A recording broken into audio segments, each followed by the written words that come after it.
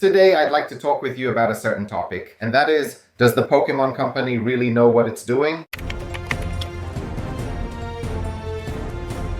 After all, what we've been seeing on the market for months now shows that the situation might have completely gotten out of their control. The product isn't available, store shelves are completely empty, the market is ruled by scalpers, and basically collectors and fans of the hobby have trouble getting their hands on any product unless it's from scalpers, which, as we know, many people in the community absolutely refuse to do. Looking at the problem this way, you can really see that something went wrong, especially if we compare it, for example, with the statements that appeared after the release of Prismatic Destined Drive, or earlier 151, saying that yes, the Pokemon Company is aware that the product is scarce, that there's a problem with its availability, and of course there will be reprints, availability will be increased, everything will be fine, and generally there's no reason to worry.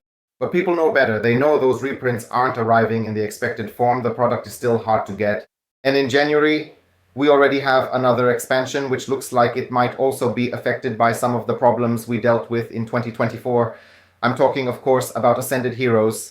To really understand what this whole ecosystem is like and to try and answer the question of whether the Pokemon Company actually knows what it's doing, let's take a look today at what I believe is the most important set, the most important release of 2024, Prismatic Evolution. In fact, Prismatic Evolution, somewhat in tandem with Searching Sparks, started this whole market aberration that we're observing now. So I think it should give us a lot of answers to the questions we're trying to answer today. Alright, so let's start by talking a bit more about the facts, about what the planning process for a Pokemon expansion looks like, and when certain decisions are made. Of course, this doesn't happen overnight. If a Prismatic Evolution was released in January, then obviously the decisions about what would be in the set, what the print run would be, what the distribution model would be, those weren't made in December or November, but much, much earlier. For major card games that, use multiple printing facilities and have many teams for marketing, playtesting, and so on, that period is typically 8 to 9 months. So if we go back in time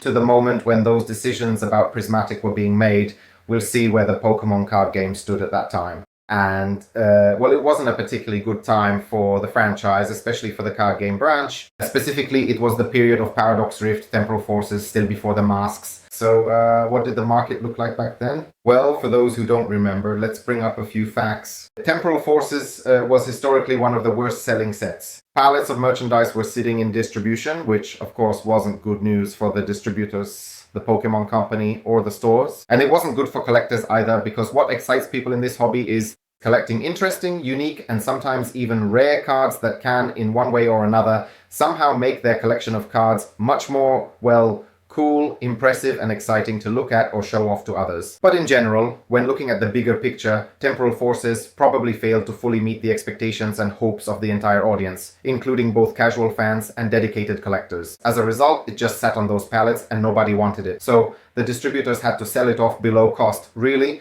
to stores that were able and had some idea of how to move the product. Under these particular circumstances, the Pokemon Company realized that simply releasing average sets just weren't going to be enough to revive the excitement and the overall hype for this beloved hobby, nor would it be sufficient to restore the market's momentum. That's why the decision was made to stimulate the market a bit, to present a product that would wake up dormant collectors and give people a reason to return to the hobby. And Prismatic Evolution was meant to be that very set. So what did they actually choose for this Prismatic set?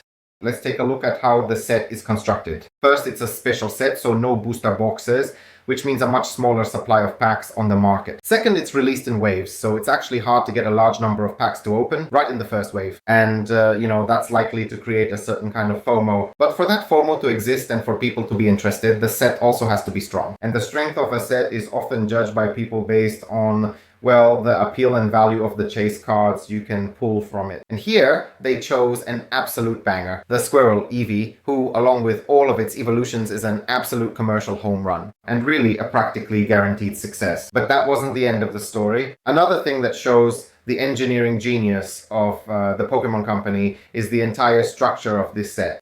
The fact that we have 40-something special illustration rares in there, so the ones that people actually want are in fact incredibly hard to pull. You have to open hundreds, if not thousands, of booster packs to find that Umbreon, that Sylveon, In fact, even opening several hundred packs doesn't guarantee you'll get any of the evolutions. In this way, the Pokémon Company practically ensured that the most sought after cards, Umbreon, Sylveon, would fetch very, very high prices, precisely because of how hard they would be to pull relative to the number of packs that hit the market. Additionally, they added God packs. God packs, contrary to what one might think, have a very strong effect on the imagination of collectors. This possibility of hitting a golden ticket, the most golden ticket you can imagine, which is a pack containing all the evolutions as special illustration rares, that in itself creates a kind of legend and increases people's desire to just rip open those packs in search of that Dream God pack. So we have a set that enters the market slowly. There isn't a lot of it. It features characters absolutely beloved by the community. And on top of that, we also have God packs, tons of seers, and terrible pull rates. As far as I'm concerned, everything here was designed for exactly what happened, meaning a surge in hype, a complete takeover of the narrative regarding what a Pokemon product is. The Pokemon product was no longer unwanted boxes that sat in distribution that no one wanted to buy because there was nothing to pull. It became a commodity that practically no one can find on the shelves, one that requires a great deal of effort to obtain,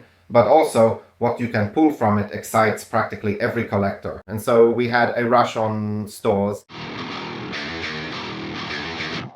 The market once again fell into the hands of scalpers to some extent, and a whole discussion began about the future of the hobby and whether people would even have access to the cards. So you see how cleverly, over the course of just 8 or 9 months, the Pokémon Company completely changed the narrative. And if you, from the perspective of the business owner, were to ask yourselves a question, what would you rather people say about your product? That no one wants it and it's just sitting in distribution? Or that there's so little of it that it's impossible to get and it's frustrating how much effort it takes to get any boosters at a normal price? In my opinion, the second option has a much better effect on the brand. And that's how it was designed, and the execution of that plan was really exemplary. Right after Prismatic, we had other sets that maintained the hype and interest. Did the scale of Prismatic's success surprise the Pokémon Company?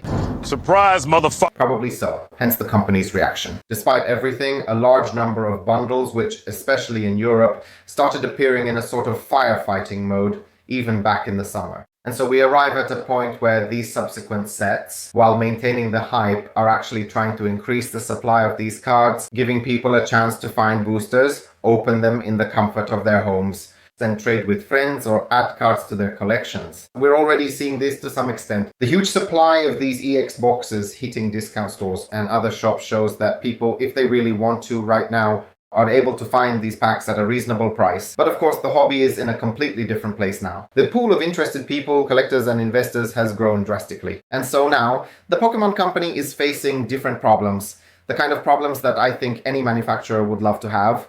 Namely, that the supply of the product simply can't keep up with the demand. In closing, let's also look at what awaits us in January 2026. We have another mid-year set. It will also feature very popular Pokemon. We'll have Gengar, we'll have Dragonite, Pikachu, we'll have a lot of special illustration rares, and we'll have a set that will be released in waves. Can we expect something similar to what happened with Prismatic? Not entirely, although some similarities are obvious. Of course, there's already much more of this product on the market than there was for Prismatic, but there are also many more people who want it. Therefore, we have to realize that the moment we're in right now, this sort of post-Halloween, Black Week period and so on, is a time of historically low interest in the cards. If we were to go back a year, we would see that the Prismatic ETB could still be pre-ordered, at least in Europe, for around 70 euros, which is something that was absolutely unthinkable by January as the prices skyrocketed. At one point, right at the release, the prices, especially on the secondary market, were still reasonable for a short while, but then they shot way up. If we want to hunt for Ascended Heroes and get it at a reasonable price, then in my opinion, we have to accept that. In some respects, a repeat of the Prismatic situation is a realistic possibility, not on the same scale. Let's remember that the Pokemon market is, after all, cyclical, and the annual cycles tend to repeat themselves. And in January, what is still available now could really change. Do you want to hear more about the nuances of the Pokemon market, distribution, production, or even other card games? I encourage you to subscribe to this channel, and we'll see each other soon.